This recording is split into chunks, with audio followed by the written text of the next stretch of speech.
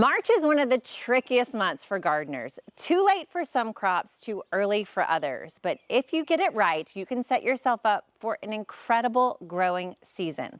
So whether you've got lingering cold this month or the perfect mild weather or an early taste of warmth, I've got you covered. In this video, I'm going to share with you 5 perfect plants for cool, warm, and mild climates so you know exactly what to plant right now. Stick around to the end and I'll give you a bonus tip that's going to give you 4 extra weeks of harvest this season. Let's dig in. First, let's cover the warm climate. Your last frost date has long been gone. You've got tomatoes, peppers, eggplants already in the garden, but you can keep planting. These are the things I use to fill in the blanks in my warm climate garden during this time. First off, you want to put some arugula. This is a perfect plant to put as an understory underneath your tomatoes, your peppers, those large towering plants. You're going to have a lot of soil space underneath those plants, and arugula is the perfect filler. Arugula, when grown in the shade, can withstand the hotter temperatures, and it gives you the chance to have a just cut salad even when it's hot outside. If you've got room on your trellises or any of your stakes or supports, you should add some more cucumber seeds. Cucumbers can be replanted throughout the season. They only need about 60 days to get to harvest, so it's not too late to add more cucumbers any place you've got a little bit of extra space. Beans, the magical fruit. They fill up all the empty spaces in your garden in the warm season. I've got pole beans and bush beans here, and I would absolutely add both to the garden space. Just like cucumbers, these are great blank space fillers, and they get to harvest within about 60 days. Beans are a great way to get your protein from the garden, and they are wonderful for your garden soil health. Next up, if you haven't planted these yet, your larger gourds, especially something fun like a pumpkin, those plants or seeds need to go into the garden stat. So any space that you have on the edges of your beds or in places where there's a lot of soil that's open, it's a great place to add some gourd seeds or some gourd plants.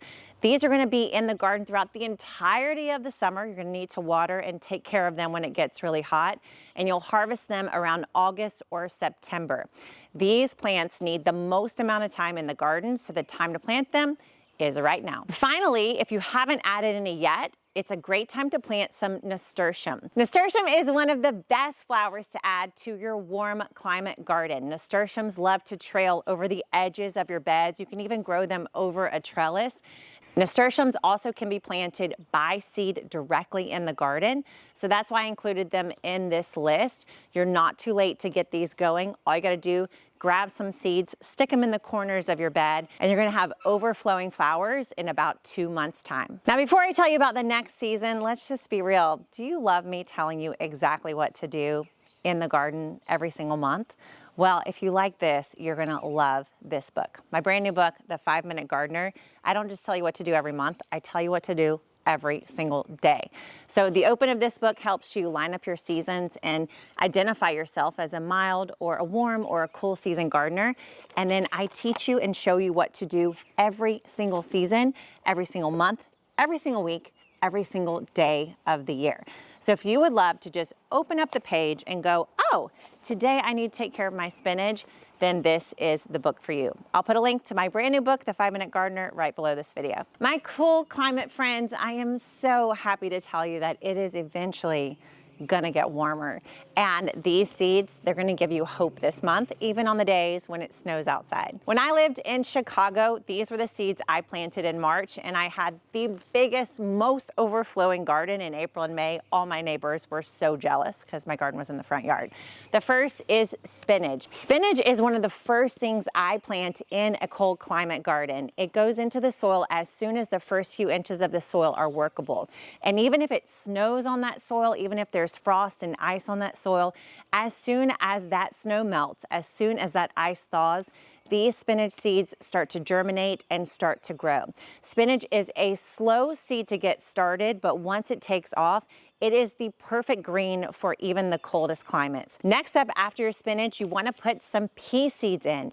Pea seeds are going to go right underneath your trellis, and these are going to give you protein and flowers and beauty in the very earliest parts of the spring growing season. So these go into your garden as soon as the soil is workable. The peas, again, will take in that snow melt. They can handle a little bit of ice and cold.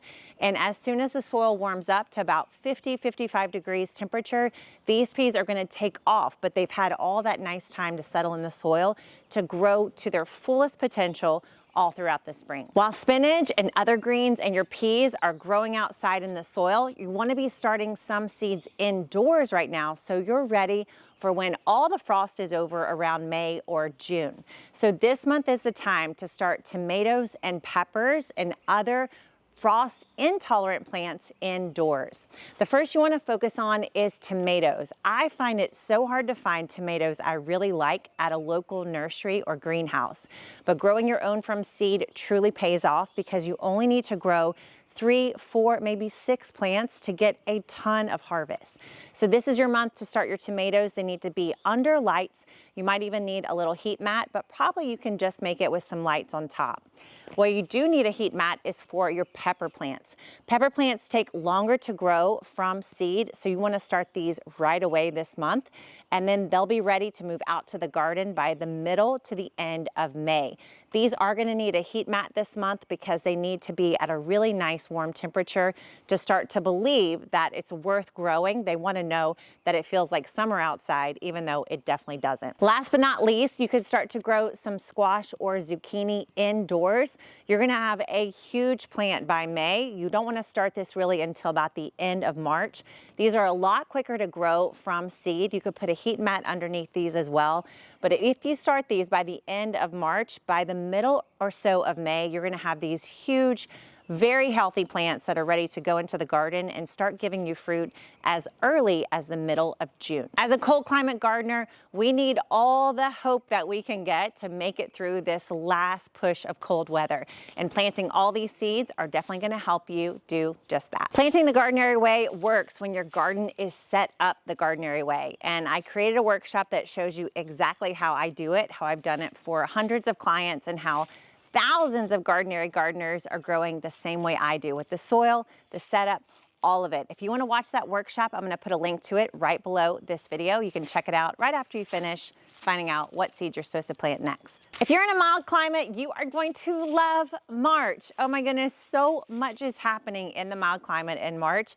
You've got your garden completely packed with all kinds of greens and root crops and peas, and then you've got your tomatoes and peppers growing indoors.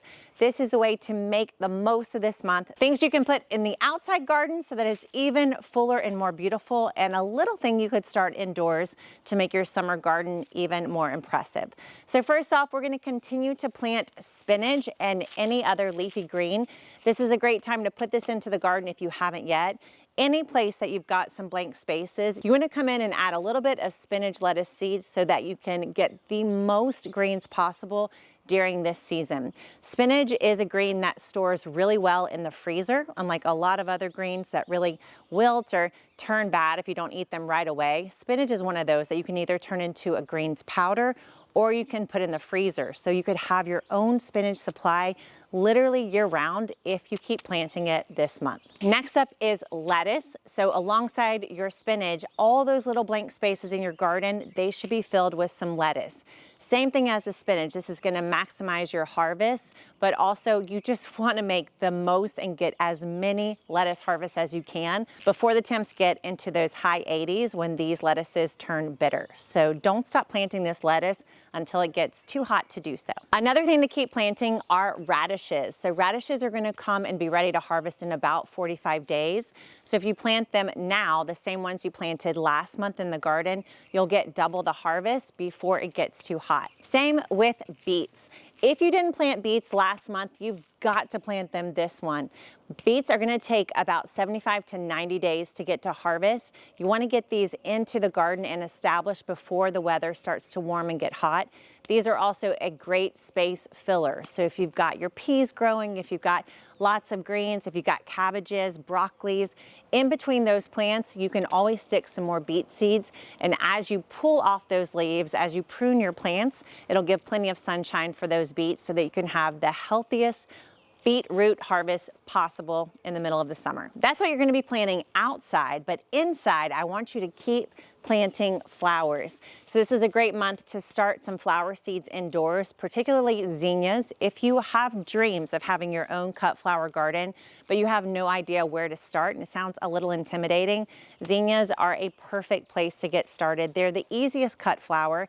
And if you start them indoors this month, they're going to be ready to move out in about 4 to 6 weeks, which is the ideal time for a mild climate gardener. Now, if you want to get even more harvest from your garden, you've got to try this thing, and that's the second planting. So after you watch this video, you're going to head out to your garden and plant all these things. Am I right? Well, about 2 weeks from now, when you're about in the middle of the month, I want you to plant these things again. This is called succession planting or a second planting. And most of these things, you don't think about it, but if you plant all of the seeds all at once right now, you end up with this huge harvest all at once and really not the time or the space or the people to enjoy it. Instead of planting all the seeds at once, if you plant half the seeds now and then about 2 weeks from now you plant the other half of the seeds, you're going to end up with a much more extended harvest season and less waste from your garden. You'll be able to enjoy all these things about 3 to 4 more weeks into the season than if you just planted at one time. Don't worry, I cover this in my book, 5-Minute Gardener. Now you know what seeds to plant this month, but where are you going to find all these seeds? Well, lucky for you, we just released our 2025 seed collection. And depending on when you're watching this video, we may have some of these varieties left. So we'll put a link right below this video where you can check out all of our organic, non-GMO seeds. And the best part, each of these comes labeled the Gardenary way. So every single set of seeds is labeled based on the season and the step. So you get to grow the Gardenary way. You get to plant intensively just the way I do, just simply by following the seed packet instructions. So do me a favor, and once you get these seeds at the link right below this video and you start growing them in your own garden, will you pretty please send a video or a photo of these plants growing in your space to hello@gardenary.com. All year long, we're going to be tracking and growing alongside together. And I cannot wait to see that I'm growing all the exact same plants that you're growing in your garden too. So we'll put a link to that email address right below this video too, so we can grow the entirety of the year together. I cannot wait. And there you have it. This is the month for all of us to get out there and to plant some seeds. March officially kicks off what feels like the true season of gardening, and you cannot miss a day in the garden this month. So grab some seeds, grab a shovel, and start growing. I'll see you out there. Thanks so much for watching. We are so excited to share this year of the garden with you, and I'll see you next time.